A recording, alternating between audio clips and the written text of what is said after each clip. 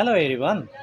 तपाईँ जीवन बिमा अभियोग गर्दा हुनुहुन्छ र तपाईँको प्रोस्पेक्ट लिस्टमा 100 जनाको नाम छ भने तपाईँले कतिजनालाई जीवन बिमा पोलिसी सेल गर्न सक्नुहुन्छ।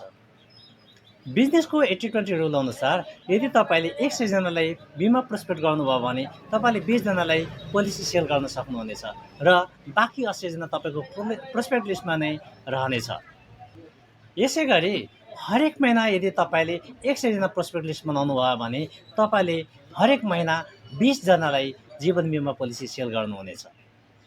यसरी तपाईँले एउटा जीवन बिमा पोलिसीबाट मिनिमम 20,000 रुपियाँ मात्रै यदि प्रथम बिमा शुल्क ल्याउनु भएमा तपाईँले 20 जनाबाट 4 लाख रुपियाँ प्रथम बिमा शुल्क कलेक्सन गर्नुहुनेछ र तपाईँको मासिक आम्दानी 1 लाख रुपियाँ हुनेछ।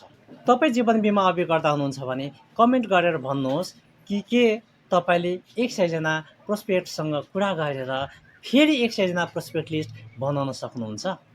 तपाईँको एन्सर हुनेछ नो। तपाईँको एन्सर नो हो भने अब म तपाईँलाई डिजिटल मार्केटिङ प्रविधिबाट 100 जना प्रोस्पेक्ट लिस्टसँग कुरा गरेर फेरि 100 जना प्रोस्पेक्ट लिस्ट कसरी बनाउने भन्ने बारे म तपाईँलाई आइडिया दिनेछु। म Saroj Rajbanshi, digital marketing consultant, founder and CEO of Diamond Tech Solutions and coach of Bima Abhiyan. आज म तपाईँलाई डिजिटल मार्केटिङ प्रविधिबाट हरेक महिना अटोमेसनमा 100 जना प्रोस्पेक्ट लिस्ट बनाउन र 100 जनालाई नै जीवन बिमाबारे जानकारी गराएर पोलिसी सेल गर्ने सिस्टमको बारेमा जानकारी गराउनेछु।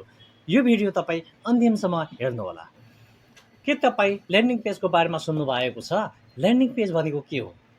ल्यान्डिङ पेज भनेको यस्तो पेज हो जुन तपाईँको चाहिँ फेसबुक, युट्युब, लिङ्कडिन, इन्स्टाग्राममा तपाईँको जीवन बिमा बारेमूलक भिडियोहरू मन पराएर तपाईँको लिङ्कमा क्लिक गरेपछि खोलिने पेज हो र त्यो पेजमा त्यो भिजिटरले आफ्नो नाम, मोबाइल नम्बर, इमेल एड्रेस लेखेर सबमिट गर्नुहुन्छ नि त्यो तपाईँको अटोमेटिक प्रोस्पेक्ट लिस्ट बन्नेछ र त्यो प्रोस्पेक्ट लिस्ट तपाईँले 1 to 1 वा 1 to many प्रोसेसबाट नर्चर गरी तपाईँले जीवन बिमाको बारेमा अझ जानकारी गराएर उहाँहरूबाट ट्रस्ट बिल्ड गर्नुहुनेछ।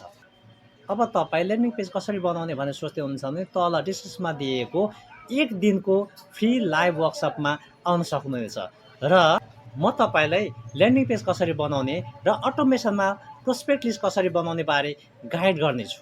यो वर्कसप पहिलो 10 जनाको लागि मात्रै भएकोले तपाईँले आफ्नो सिट अहिले नै बुक गर्नुहोस्।